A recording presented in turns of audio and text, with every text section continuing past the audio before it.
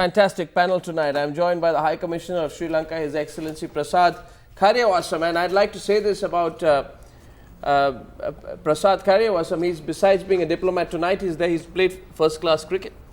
He says he's played first-class cricket before Sanath Jayasuriya was born.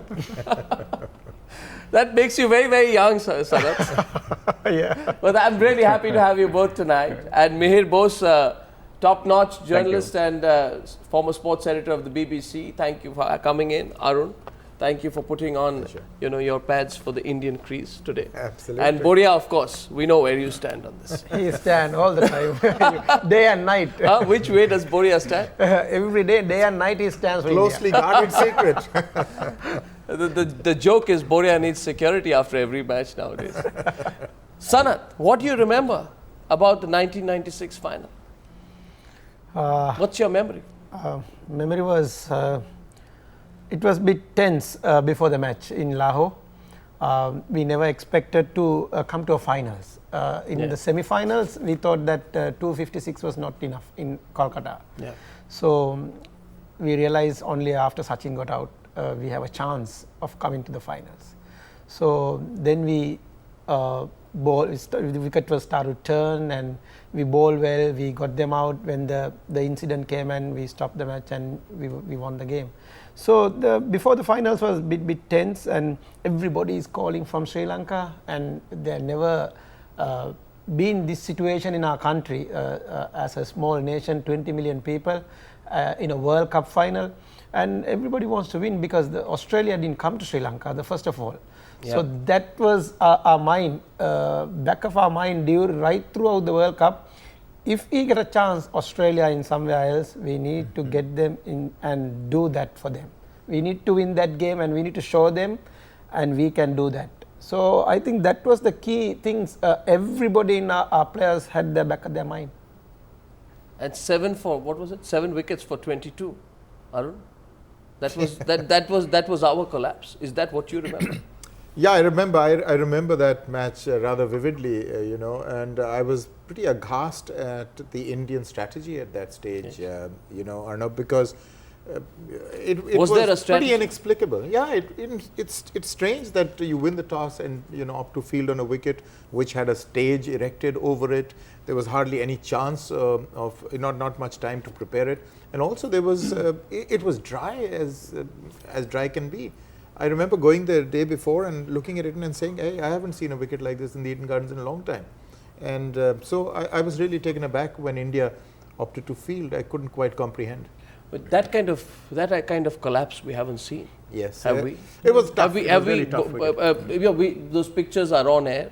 Is humiliating, completely humiliating, and there were supporters throwing bottles. You were there on the field. Were you throwing a bottle? No, I wasn't. I was very much part of the life membership block. It was Sanath's match. So you were among those who thought India could have scored 132 in 15.5 overs with 2 wickets in hand. I mean, it was out. I mean, there was no chance of India winning. The crowd went absolutely mad. I remember when Sachin Tendulkar was batting and got 65, there was still some hope. Yes. But he got it. It was his match. It was Sanath Jayasuriya's match. What was your statistic? 3 for 12? 3 for 12. 3 for 12. Ask him or not, on air today, he will tell you that ball with which he got Sachin Tendulkar, he's never turned the ball more in his life. I want to ask him something else. I want to ask him something else before I go across to London and to Delhi. Sana, tell me, this is not that Indian team. No. So, you have been there, you've got 3 for 12 at the Eden Gardens. You've savored that moment, and yesterday I saw you saying, I think to Atul Vasan that, stop, your party will stop on Saturday. But then this is not that Indian team. What's the difference? I know this is a far better batting side, far better, and they are more experienced, and under pressure they can perform. This batting lineup for India. Yes. So that's a big advantage because they're exposed in this particular series against Australia. They had about 75 runs in the middle order to get. Yeah. They got it. And also in the quarterfinals, the semi-finals, and they came in a hard way. This particular the tournament, the World Cup, the Indian team, they fought very hard to come to the finals. So we have this incredible situation because I think, Your Excellency, one thing which has stayed with the Sri Lankan team has been the killer instinct. That killer instinct that you speak about, that we have to prove it to the Australians who didn't come to our country. where we stand in world cricket. That killer instinct that Sanat talks about is still there. But the Indian team has sort of mellowed and matured in a very fine way. So it's going to be quite a clash, isn't it?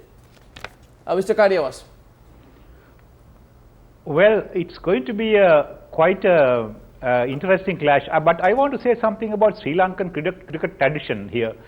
Sri Lanka, I mean, I played the game long before the Sri Lankan cricket came into the test scene. But even those days, tradition of Sri Lankan cricket was that we have a natural flair, thinking out of the box. I remember those days, I played for a Richmond team in Gaul, and our coaches used to say, son, bat is meant to hit the ball. So attacking style of cricket was natural for Sri Lankans. Sanat Jayasuriya is an excellent product of that tradition from the south. So that is the tradition of Sri Lankan cricket, that you go out and perform using natural flair. So in that context, the team that Sri Lanka has today is an excellent combination, well balanced. If they play their natural game with natural flair, they are a very difficult side to beat. Yes. They should play their normal game, which is a kind of a little out of the box style. That's why Sri Lanka continue to produce players of the caliber of Sanat, players of the caliber of Malinga. They all have something very special in them, and that is what click, and that is the extra point that Sri Lankan team will always have against other teams. India is a very good side, very good professionals. Legends like Sachin Tendulkar is there.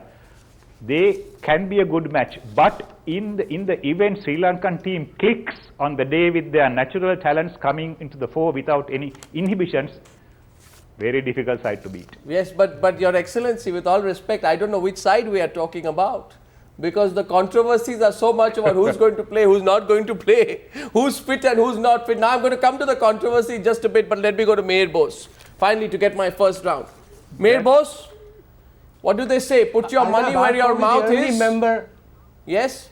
Arnab, I'm probably the only member of your team today which was there in '79 at Old Trafford when Sri Lanka beat India in a World Cup match, and a non-test playing nation, and in '83 at Lords when Kapil Dev won. And I tell you what impresses me about this Indian team after the victory over Pakistan, they have a self-belief in themselves, which Indian teams in the past, India's produced a lot of good cricketers in the past, but what always derailed them was this self-belief was not there. And Dhoni, who is very interesting, unlike Afridi and so on, he doesn't joke, he's very serious, makes his points very simply without any flamboyance, and I think he's got the team working. I mean, I felt from the beginning the Indian problems was the fielding and the bowling, but actually he's made the bowling work, and even the fielding, while not as good a fielding side as some of the others, he's actually made that work. And now Sri Lanka will have one problem. Yes, they're a very fine side, a very good batting side, and also they have bowlers, but for the first time in this tournament they will play outside Sri Lanka. They have worked out the bowling on their slow, low wickets. Will they work it out in enough time in Mumbai? That must be a very important factor in India's favour. Okay, now I want you to take positions at this point. Gentlemen, I want you to take positions at this point. My first question is this, and I'm going to ask Sanat first, since we have the home advantage. Sanat, tell me what is going on in the Sri Lankan team. Is Sri Lanka desperately trying to reject the side in the last minute under the guise of injury? What's going on here? With the hamstring injury, side strain injury, why should we give Mutaya Muralitharan a fielder when we know he's injured? What is going on about Angelo Matthews? Is Chaminda going to come in? What are you playing with the rules somewhere? Yes, that's the point. We are playing with the rules. We are not. Yes. Yes. It's the ICC had given some rules. We are within the rules. But we got the cover up for Angelo Matthews and Muralitharan, for Vasi and Suraj Randeep. But we need to declare them by tomorrow 2 o'clock. Till then, we can keep them. Those two came from Colombo. We keep them till 2 o'clock tomorrow. From tomorrow 2 o'clock only, okay, we declared, right, these one of them are going to play or not. We are going to take this player out, and this player is coming in. Yeah. That's how we are going to do that. So till then, we got only for cover up. We have not said that they are in. They got for cover up. Boria, what you know, look at how Sanath has phrased this. See, No, Sanath, just look at how Sanath has phrased or not this. Sanath too knows, he's Yeah. sort of couching it in the guise of Yeah. diplomacy.